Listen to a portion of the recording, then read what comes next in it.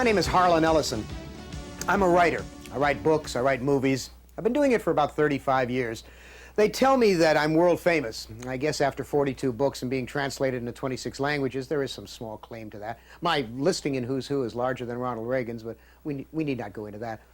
Let me point out this wall here in my study, in my library. This is a wall of books of art, ranging from alphabetically Art Deco at the top to, say, Van Gogh down at the bottom. But over here, in these two large bookcases, are titles that deal with comic books and comic strips. Now, there's a reason why they're together. It's not by chance. For me, comics have always been a kind of art, a very serious art. Here in America, for a long, long while, people thought of comic books only as throwaway, transient, kiddie stuff. But in Europe, where comic book artists are treated as classical artists, they recognize the importance of this Native American art form. Now, you may find it peculiar that I call this a Native American art form. You see, there are only 5 really Native American art forms, ones that we've created ourselves, that are ours. There's the banjo, there's jazz, there's musical comedy as we understand it today, the mystery story as created by Edgar Allan Poe, and comic books. Now, I'm 52 years old, and I've been reading comics since, I don't know, I guess 1938 when I bought my first one, which was maybe World's Fair comics with Superman and Batman. You may say, how peculiar for someone who likes to think of himself as one with Kafka and Poe to be thinking of comic books seriously. But let me tell you, I'm a comic book fan. I love comic books. Comic books were the training ground for me in terms of ethics, in terms of the things I learned about courage, good and evil, what heroism was, right and wrong. Comic books are the Grimm's fairy tales of the popular culture. They're done by serious people who care about the work they do, even as Van Gogh and Magritte and anyone else did. Today we're going to show you the work of 10 of the most important comic book artists who have ever lived. One of them's a Canadian, one of them's a Frenchman, the other 8 are Americans. This is very important stuff. Please stay with us. You're going to have a wonderful time.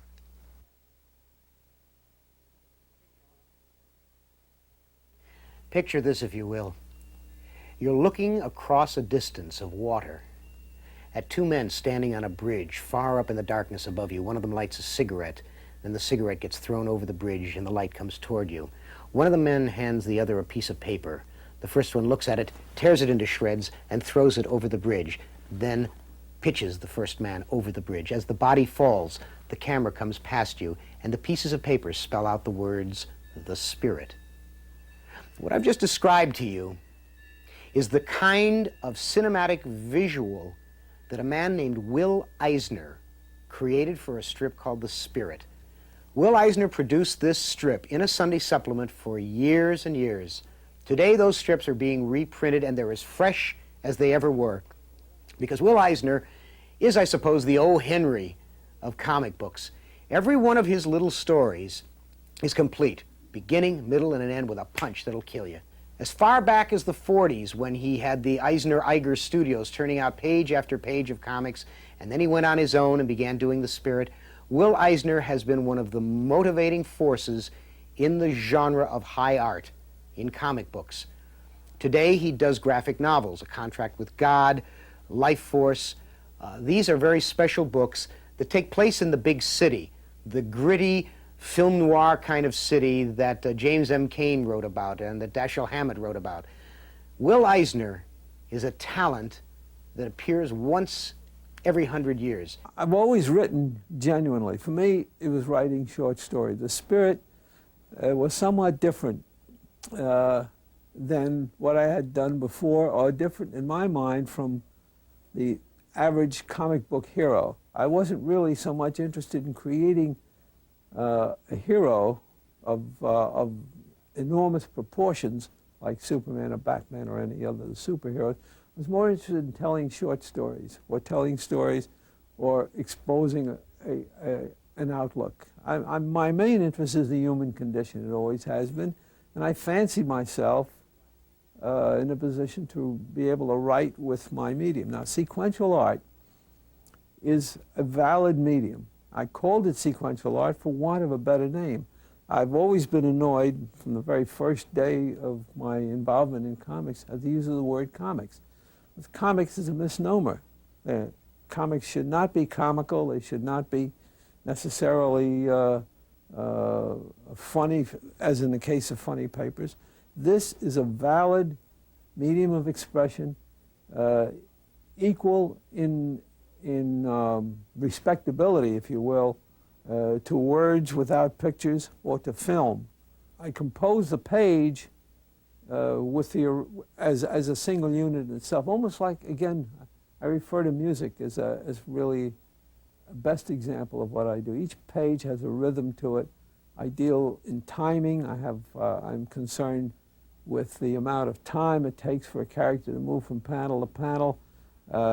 My main concern is not display. I'm not interested in that. I'm interested in a series of moving images captured at their moment of prime motion to tell a story. I want to convey tears. I want to convey anger. I want to convey the subtleties that people who write with words only are able to convey more easily.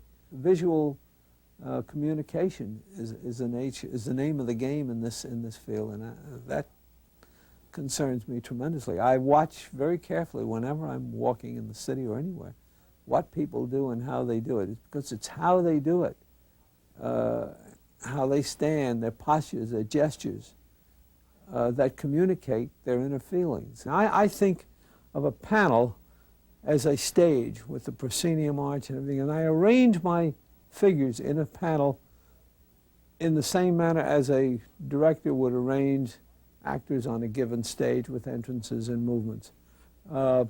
As far as lighting is concerned, wherever possible, I prefer to use theater lighting. I learned during the Depression, when I did some stage sets, that an enormous amount of scenery, an enormous amount of storytelling, visual storytelling, an enormous amount of environment can be suggested by clever lighting and by an arrangement of shapes and forms. I enjoy what I'm doing. I feel fulfilled when I've turned another corner, and there's just so much more yet to do. This medium is just at its infancy.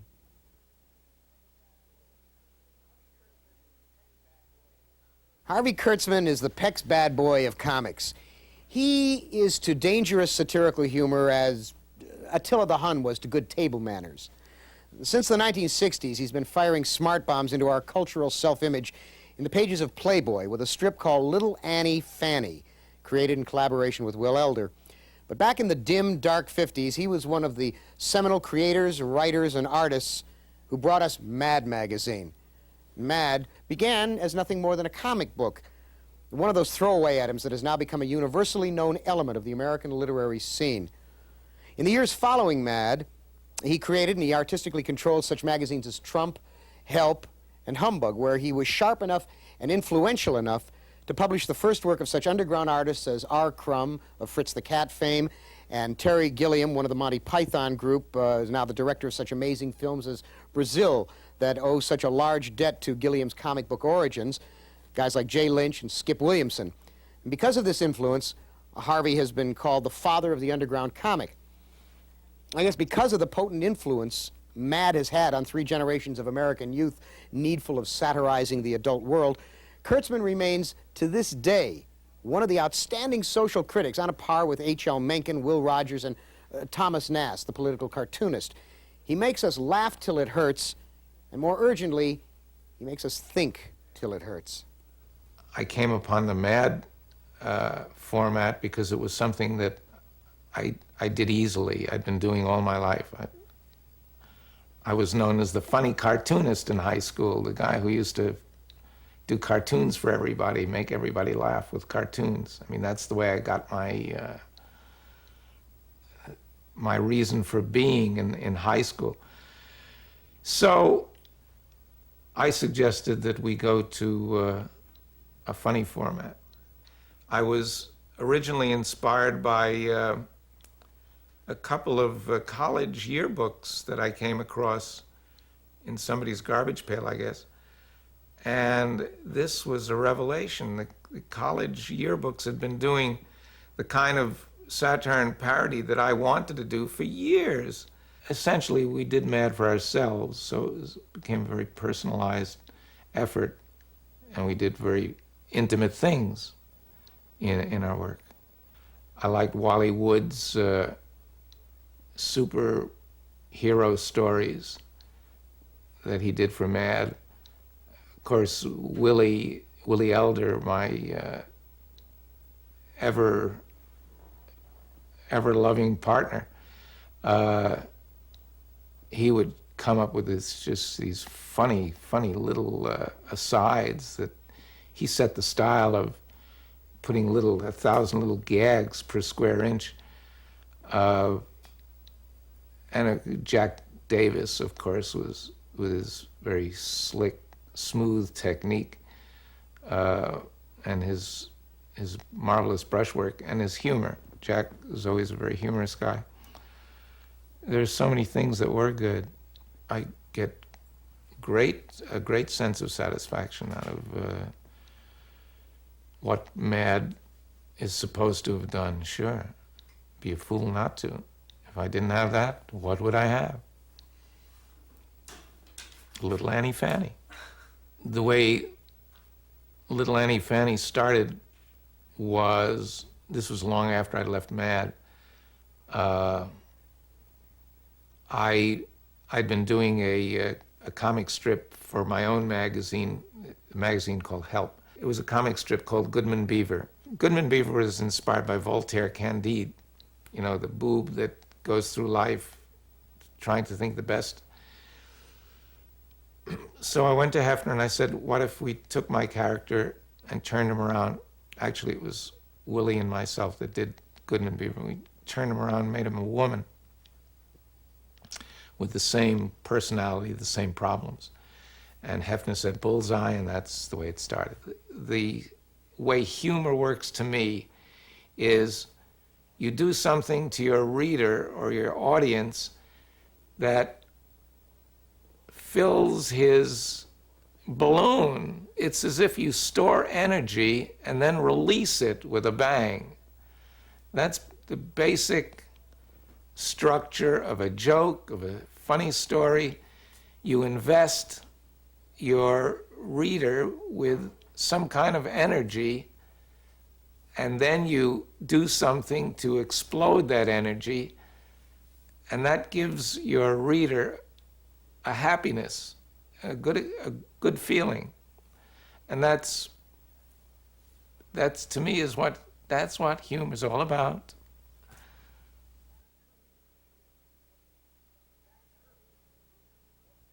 Jack Kirby is an important name for you to know because Jack Kirby's career spans the entire history of comic books, from the early 30s right up to today. Jack Kirby, when he began, had one of the most energetic styles of any artist. His work practically leaps off the page at you. In the 60s, he went to work for Marvel Comics, where he created the Fantastic Four, the Hulk, the Silver Surfer, and a host of other characters that you all know, in collaboration with a man named Stan Lee. This was the basis of the new Marvel House of Ideas, and it again revolutionized comics. And Marvel Comics became the most popular in the world. In the 70s, he worked for another comic house, DC, and created the Fourth World, Kirby's Fourth World. There were three comics, The Forever People, The New Gods, and Mr. Miracle. And in this triumvirate of comics, he created a whole new universe of characters with a lifestyle and with a philosophy that was his alone. I see that story first. I feel that story first. I know those people first. When I put them down, they've already lived. And I put them down as I'd like them to live on those pages. My stories are very sincere. My stories are people's stories. And there's elements in my stories that are very, very real. And it doesn't matter what the subject is. And I've done stories in a wide range of subjects. My inspirations were the fact that I had to make sales, and I had to come up with characters that were no longer stereotypes. In other words, I couldn't depend on gangsters. I had to get something new. And of course, for some reason, I went to the Bible. I came up with Galactus. And there I was in front of this tremendous figure who I knew very well because I've always felt him, and I certainly couldn't treat him in the same way that I would any ordinary mortal. And I remember in my first story, I had to back away from him to resolve that story. And of course, the Silver Surfer is the fallen angel. And when Galactus relegated him to Earth, he stayed on Earth. And that was the beginning of his adventures.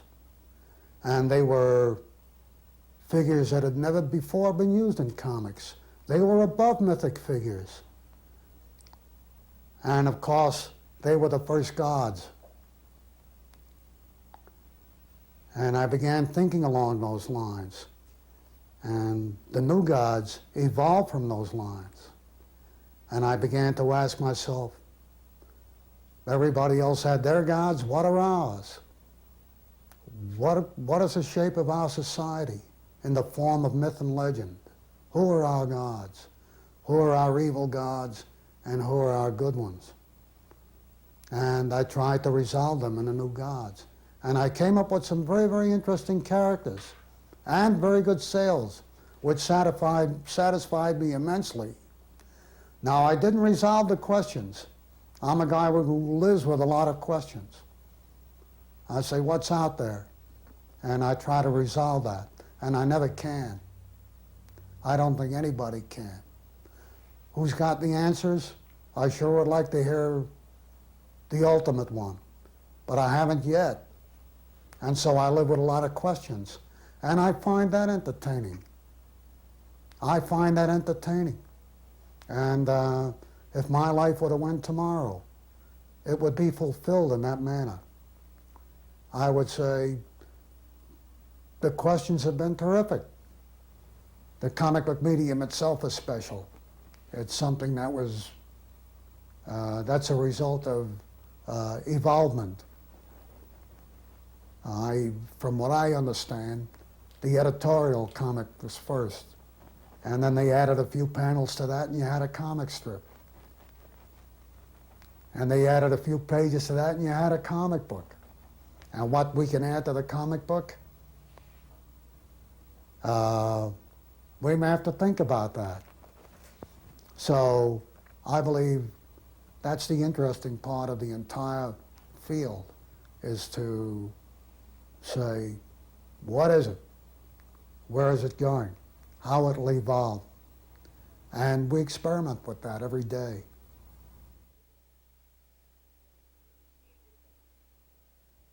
Steve Ditko began his career in the 50s and enjoyed enormous popularity almost from the first because of his style, which seems to cram into one panel more than any human eye can contain. He went to work in the early 60s for Marvel Comics, and there he was put to work on a number of different strips, most importantly, Spider-Man. And the quality of his art and the peculiarity of his art, the individuality of his art, made it the most popular costume hero in the field very, very quickly. But it was his work on a character called Dr. Strange, a magician, a mage, a man who was possessed of supernatural powers, that brought him into the greatest prominence. He's an interesting man, and the strips that he creates of his own, when he's not just illustrating other people's writing, are very interesting. He has a very highly defined sense of good and evil, right and wrong. There are no gray areas for him. There is a character called Mr. A that Steve Ditko created that would give Charles Bronson nightmares for vigilantism. To Steve Ditko, the artist is the work, and the work is the telling of the story. And to this end, he would like to make the following statement. Mr. A is based on Ayn Rand's theory of justice, on Aristotle's law of identity, his definition of man, and his view of art. Aristotle said that art is philosophically more important than history. History tells how men did act, art shows how men could and should act. Art creates a model, an ideal man as a measuring standard.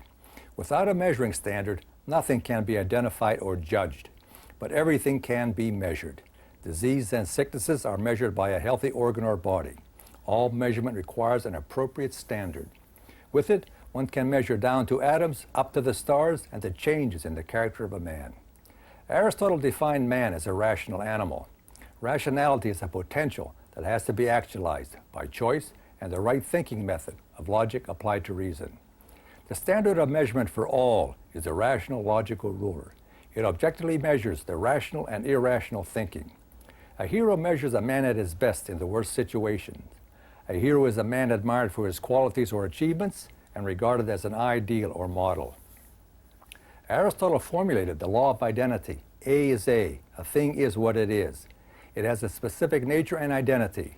The truth cannot contradict itself and also be a lie. Mr. A's black and white card symbolizes the law of identity. It identifies the two moral potentials possible, the good and the evil, and by one's chosen action, the best or the worst potential can be actualized. The card is also a symbol of justice. For Ayn Rand, justice is objectively identifying a thing for what it is and treating it accordingly. No one gets the unearned. The innocent is not penalized, the guilty is not rewarded. The card is a refusal to violate the root of justice, the law of identity, by a gray compromise, a refusal to sacrifice the good to the evil or to accept any part of the evil as a greater good. Society has its admirable people, its heroes. They are found in all professions. But hidden by the complexities of society, they are not as clearly defined, not as understood, and not as effective model as a story with two opposing forces of right and wrong in a dramatic presentation, revealing the character's choices and actions that identify them and lead to a just ending where the hero and the right view of life wins. Early comic book heroes were not about life as it is, but creations of how a man with a clear understanding of right and wrong and more courage chose to act, even if branded an outlaw. He dispensed a better justice than a pervading legal moral one. He was a moral avenger. He was not like everyone else, not the average, the common, or the ordinary man. He was the exceptional one, the uncommon one, the one doing what others were unwilling to do, regardless of the opposition and consequences to himself. His success provided a better model. Through a hero, one could identify the foolish, the corrupt, and the guilty. A lead character can be better or worse than society's best model, and if a man with proven better qualities appears, then a new measuring standard for men and society is established. A hero is a model for everyone, but not everyone is willing to act at his best. A less demanding model, blending good and bad, is more comforting, easier to accept. For the self-flawed, an anti-hero provides a heroic label without the need to act better. A crooked cop, a flawed cop, is not a valid model of a good law enforcer. An anti-cop corrupts the legal good, an anti-hero corrupts the moral good. Both corrupt ideals. Both choose the flaw over the perfect. The perfect is identified and measured by what is possible to man. A perfect bowling score. A perfect response accepts the truth and rejects the lie. The perfect hero on principle says yes to a true identity and no to a contradictory one. Ruled by justice, he treats every identity as it deserves. He is the actualized potential for good in its purest form, a true moral measuring ruler. He is the most human and deserving of respect. Today's flawed superheroes are superior in physical strength, but common, average, ordinary in mental strength.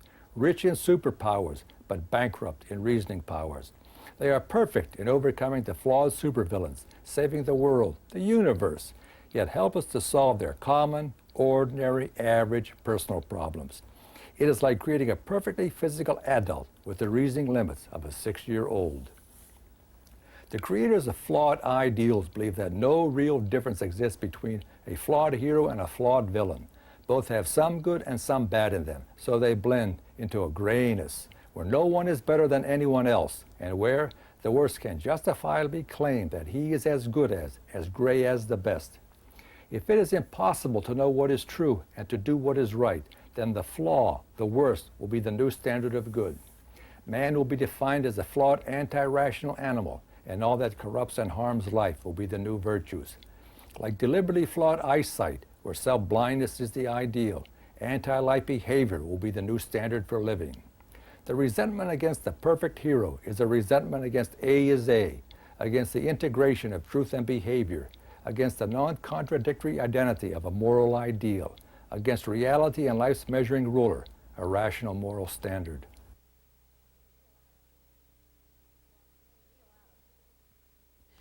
Neal Adams brought realism and believability to the superhero genre when he began working in comic books in the mid-60s.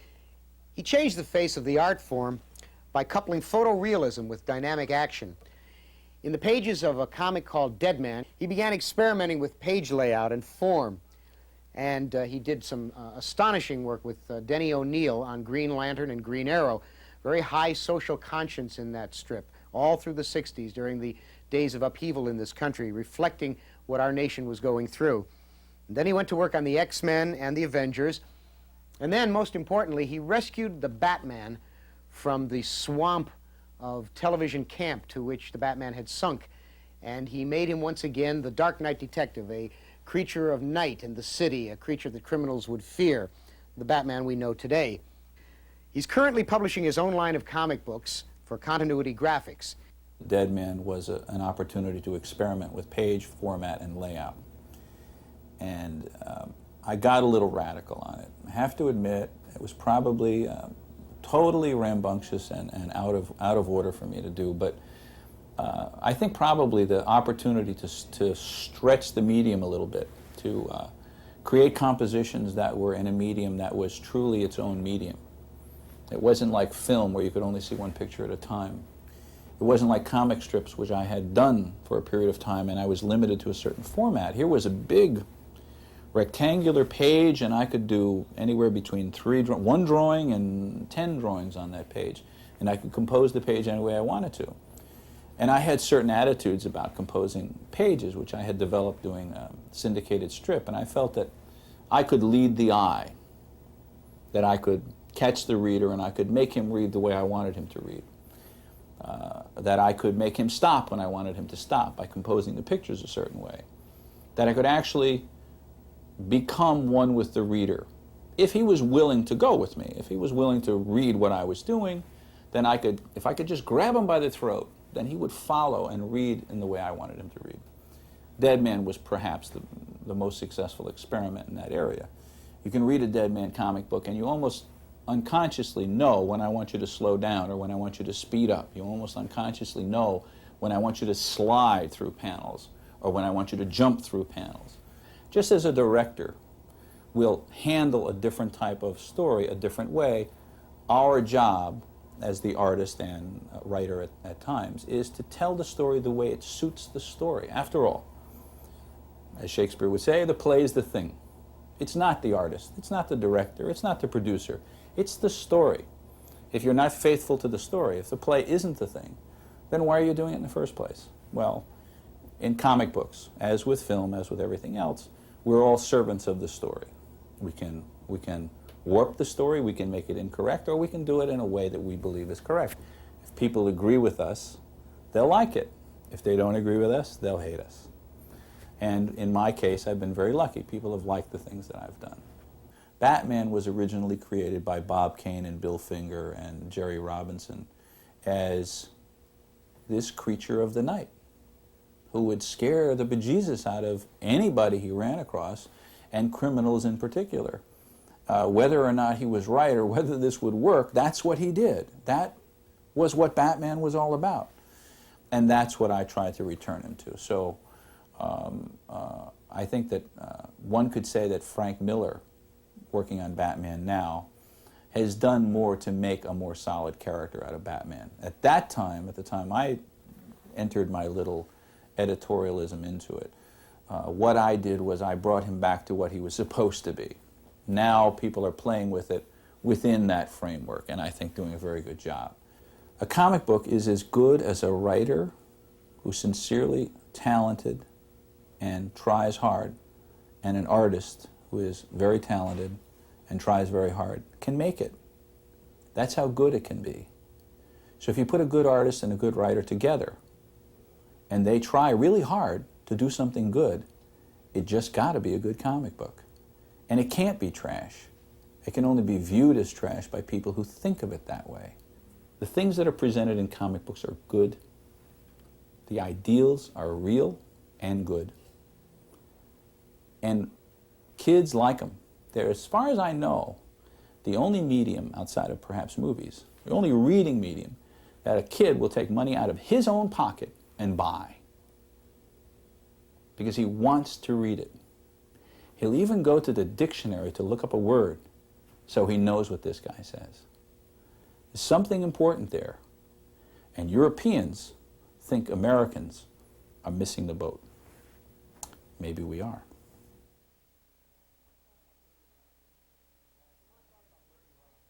I want to talk about Bernie Wrightson. He's been called the master of the macabre. He's been influenced by the classic horror films, the black and white Universal films, and EC comic books of the 1950s. You probably will know Bernie Wrightson best from a comic book that he created with the fine writer Len Wein called Swamp Thing, which is one of the great myth images in comic books today. This is a man whose work is filled with demons and monsters and ghouls and aliens and werewolves. And in black and white, he has illustrated the works of Edgar Allan Poe and H.P. Lovecraft. He did two projects with Stephen King. One of them was a comic adaptation of George Romero's film Creepshow, and the other is a book called Cycle of the Werewolf, which you may have seen as a movie called Silver Bullet. But Bernie's most important work was his interpretation of Mary Wollstonecraft Shelley's Frankenstein, in which he visualized the monster using only the novel. Essentially, what I was trying to do with the illustrations in Frankenstein was I was trying to limit myself to the techniques that were in use at the time that the book was originally written, say around the beginning of the 19th century, which would have been steel engravings or woodcuts. I was trying to pinpoint an archetype, trying to put myself into the mind of Mary Shelley, maybe more into her time, of what would have been frightening to someone in Mary Shelley's time. I think painting is probably a more natural way of reproducing an image on a two-dimensional surface. Whereas working in line just goes completely against all the rules. I mean, my hand exists in space as form and tone and color and bulk. It doesn't have a black line around it. It doesn't have little lines cross-hatched across it to make this side darker than that side. So working in line, working in black and white is much more of an abstraction than working in color, than painting. As far as being a picture maker or an image maker, what always comes first is a picture in my mind. I always see something very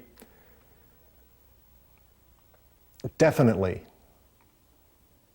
inside. I always see it exactly the way I draw it.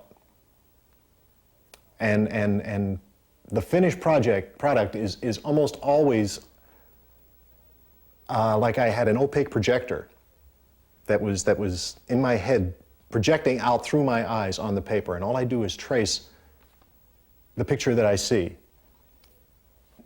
When the Batman made an appearance in the Swamp Thing series, that was an awful lot of fun for me, because I had been wanting to do Batman for quite a long time. But I didn't want to do Batman in his own book, in his own story. And this was perfect for me, because now Batman could be a guest star in my book. And I felt that since he was just a guest in my little universe, I had total control over him. I could do anything with him that I wanted. So I decided to make his ears 2 feet long and to make his cape 30 feet long in certain shots where it just looked good to have this huge tent of a cape blowing in the wind. And nobody argued with me, you know, because it was my interpretation. It was the Swamp Thing lived in his own little universe, his own kind of alternate universe. And the Batman comes in, and it's like walking through a distorting mirror or something. And Batman had to bend to the rules of this universe. And suddenly become, you know, this very, you know, kind of twisted, monstrous thing. Horror is different things to different people, I think. To me, in spite of my drawings of monsters and the creeping dead crawling out of their graves and vampires and Frankenstein's monster and whatnot, horror to me is an image of a well-dressed man standing on a corner waiting for a bus, and everything about him is absolutely perfect except there's a spot of blood on his shoe.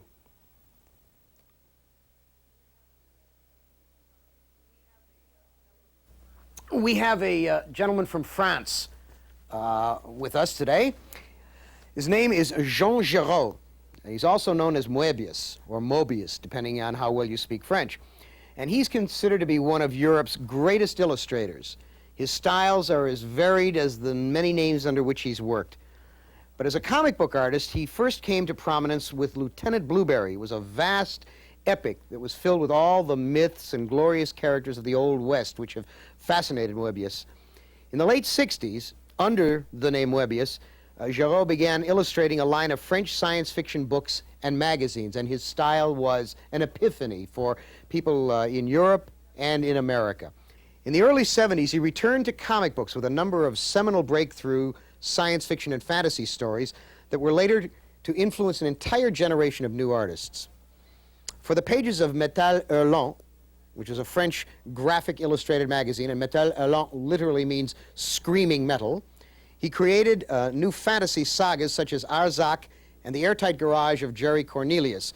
His influence then spread to America when the people who published the National Lampoon brought out their version of Metal Hurlant, a magazine called Heavy Metal, which is still being published today. He's currently living in America, and he continues to explore new concepts, new dreams, and experiments in very strange storytelling. I arrived at the name Moebius because I had two styles so different.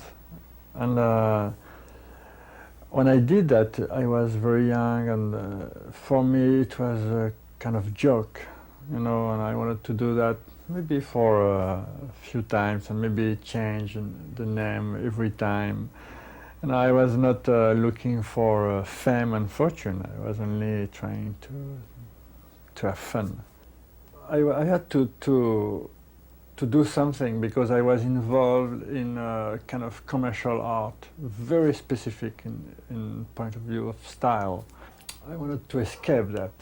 I wanted to be free and to start a story in a style, maybe finish in another one, and not to know exactly what I was doing, you know, trying to dream awake in the drums. So I had to find another signature to do that. Arzak is the first result of that direction. You know, the first story really with a good structure and with the complete freedom into that new country of dreams. So it's it's crazy story. It's very famous in France. The comics gives to the artist a very interesting field of expression and research, and everything is possible. Everything. You can be very small or very big, and you can be very modest or very ambitious. You can you can stay in a regular style, like everybody, doing your best in that way, or you can escape and to be completely unusual and incredible. You can give more to the words and give more to the drawing. You can do everything. But you know, it's like in any art. The possibility of the art are big, but the possibility of the artist maybe are bigger or smaller. It's the artist who have the possibility to append, to make a pressure in order to be more responsible of what they do. Because to be more responsible is to be more adult, to be more mature, to be more evolved. If you don't want to be responsible, if you only want to make a job, to have money, to feed your family, it's a kind of responsibility too. But if you want to stay in that field, all the comics will stay, you know, that because it's not the publisher who will push, and it's not the public, it's the artist. The artist must be the warrior, you know, who fight.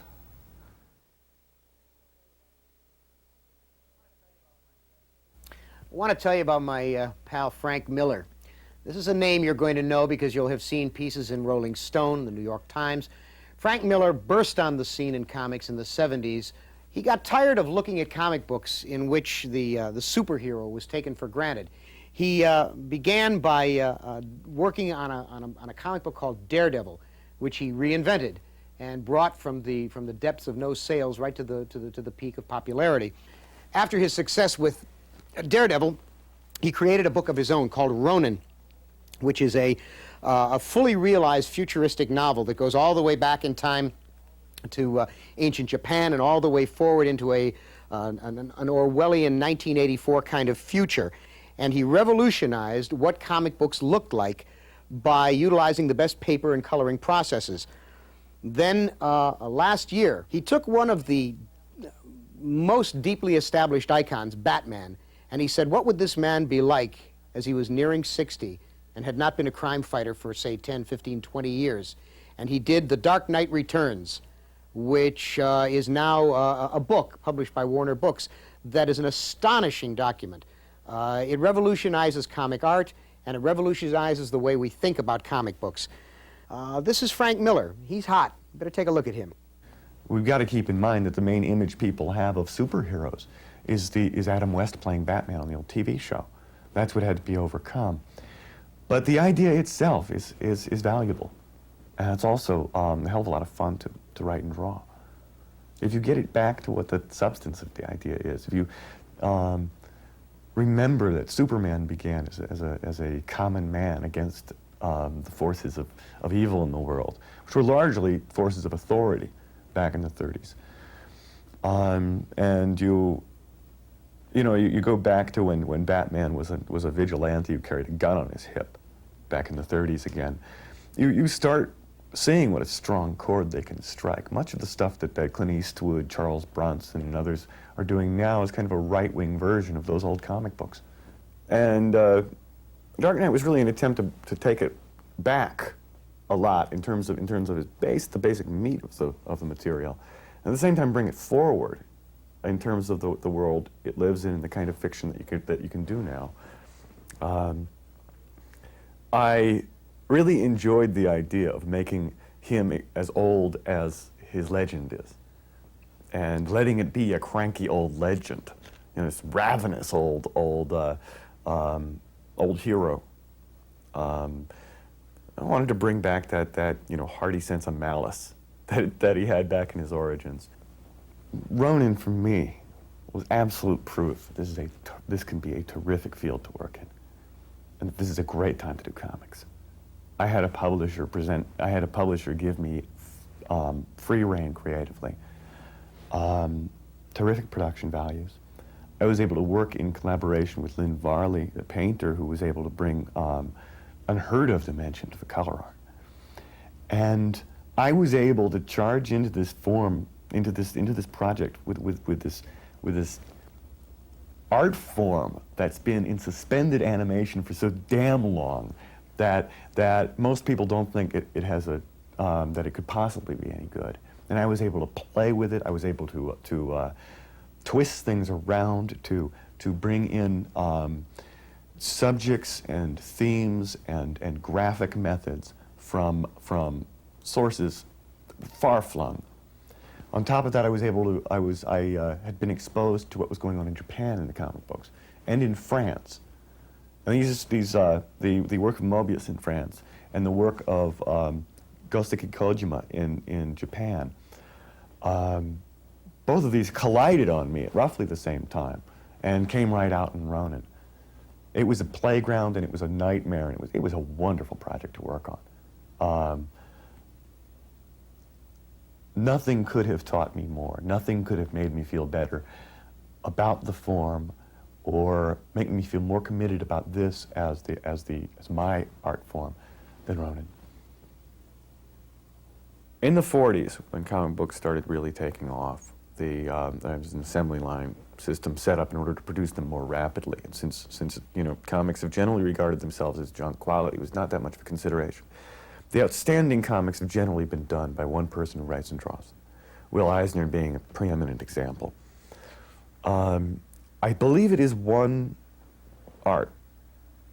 However, I don't believe that that's the only way it can be done. And my collaborations with Lynn Varley, with David Mazzucchelli, with Bill Sienkiewicz, have taught me that thrilling things happen when another artist is at work. When you're playing off somebody, when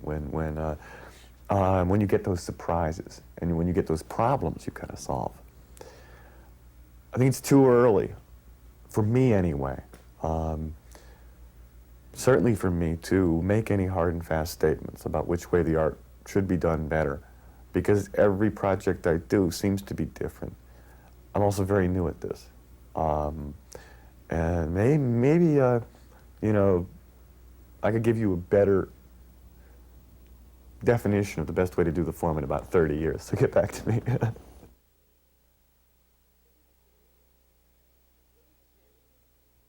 Dave Sim has created a character.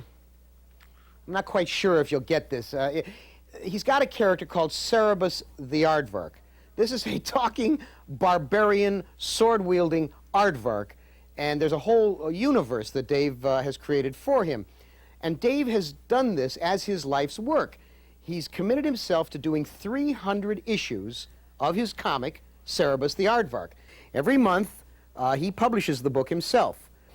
Now, nearly a third of the way through this epic, Dave has already completed 3 full novels: Cerebus the Barbarian, High Society, which is a marvelous antic thing that features a character who looks like Groucho Marx, and Church and State, in which he becomes the Pope.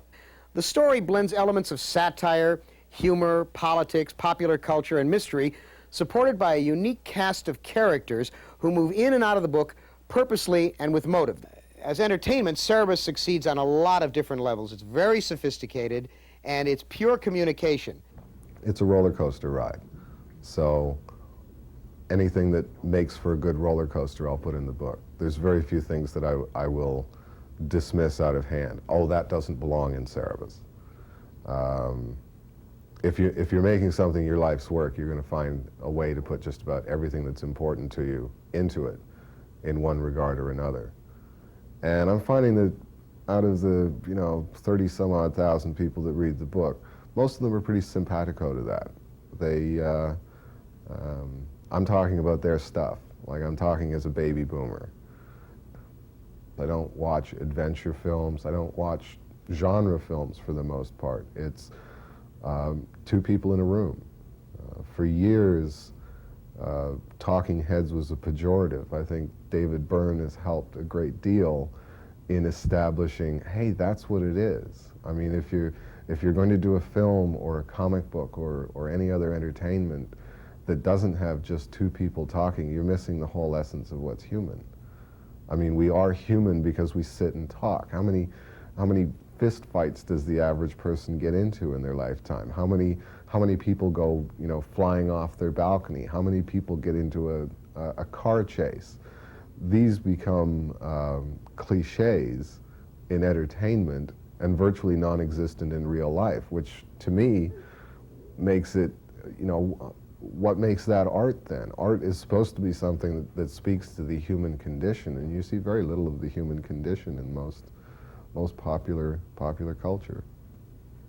The Cerberus the Barbarian part of the storyline is really a series of very short episodes. They're either single-issue stories or I think out of the first 25, there's a couple of 3-issue stories. Basically, we discover the character as a mercenary thief, former tax collector, layabout, drunkard, gambler, basically unsavory individual, no ambition, no place that he wants to go. Through the course of high society, he arrives at the Regency Hotel still very much the barbarian. I mean, the desk clerk says, you know, if you leave your bag, someone will take it, and he says that's why Cerberus is keeping it with him. You know, it's a way of establishing that he's really not in this league. But then, because of previous political connections that he had through the Cerberus the Barbarian story, it becomes apparent that he's thought of as some very canny behind-the-scenes manipulator, you know, one of the chosen successors to the powers that be, all of those kind of things. He changes as he goes along, pretty much as the winds shift. He's in a lot of ways, Cerberus is the consummate politician that way. Whatever he sees happening, or whatever phrase he picks up, or whatever he will use to death. So it becomes sort of a cross between Richard Nixon and Chauncey Gardiner. You know, it's somebody who really doesn't know what he's doing, but somehow everything keeps rolling his way. It strikes me as a kind of an interesting thing to document for 26 years. 26 years.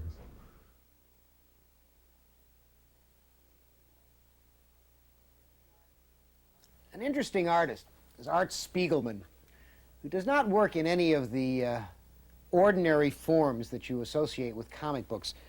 Spiegelman can be found these days on the pages of the New York Times Book Review, where a graphic novel he did called Mouse is getting serious attention. It's a book that examines the lives of his father and mother and his relationship with them. In the world of Mouse, Jews are drawn as mice, Nazis as cats, to depict the horrors of Hitler's reign. And these were incidents that were witnessed firsthand by Art Spiegelman's father, a survivor of the Holocaust. Spiegelman has always been on the cutting edge of comic book art. He emerged from the underground cartoonists of the 60s, and he co-founded the magazine Arcade in the 1970s. In 1980, feeling that there was no longer an outlet for new work by these artists, new and dangerous, daring, experimental work, he co-founded Raw magazine, which is an international potpourri of graphic storytelling and avant-garde printing techniques. Through Mouse, however, Spiegelman has been able to break new ground in the comic book medium because it has drawn attention to this form for an audience that would otherwise have ignored comic books. Serious-minded people who would read Jane Austen but who would never look at an issue of Daredevil have found Mouse and have found it to be art. When I took Mouse on, it was a result of feeling myself at a bit of an impasse. Over the previous 7 or 8 years, I found myself working in a more and more specialized way for an audience that seemed smaller and smaller, and that the things that were interesting to me were very hard to get across to people who didn't have the same background I had, the same way of understanding what's happening on a comic page. And although those things remained of interest to me, I figured, well, gee, if I keep going this way, I won't have to be doing stuff for print. I'll be able to just put it up on a wall somewhere. And the 10 or 12 people who are really interested in that will have to find that wall. So I figured, okay, I give up. If comics are about telling a story, I'll just sit down and make myself tell a story.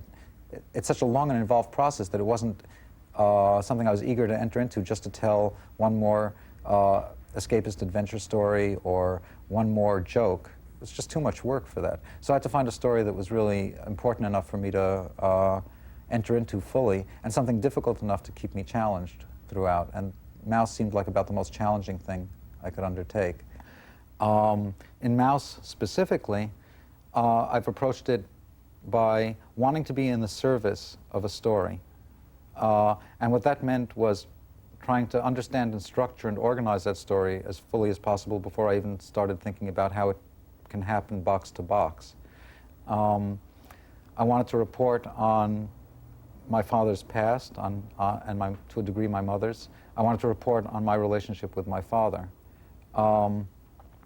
And trying to deal with those themes meant being a writer first and a cartoonist second, so that I found in Maus the pictures are totally in service of the story insofar as I can make that happen. So they're very quiet compared to other comic books and compared to other things that I've done. When I'm drawing Maus, I end up working on typing paper. I use a fountain pen and liquid paper to white it out. I want to feel like I'm writing, so I'm using stationery supplies. I'm drawing very small. The drawings that appear inside the book, which are whatever, 6 inches by 9 inches, something like that, are the actual size that I'm working, so that there's less of an intermediary. What usually happens is a cartoonist tends to work rather large, 12 inches by 18 or something. And in the process of printing it and reducing it, there's a kind of refinement. It ends up looking a little crisper, a little more, in quotes, professional. And the result is a distancing between the reader and the creator.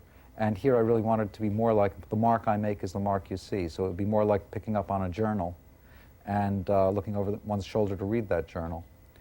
And to me, that's part of the intimacy that comics are capable of, and that intimacy is something that was very necessary for me in this particular strip. Since all we're really talking about is we're talking about words and pictures, they're plastered together somehow. A structure is made of those words and pictures, and that can contain a comics equivalent to Beethoven as well as a comics equivalent to Van Halen. It's open. All it really is a medium, and then it becomes as strong, as potent as the artists within it. And I'd like to see it move away from genre fiction. I'd like to see it move away from obsessive recapitulation of the same fantasies over and over again.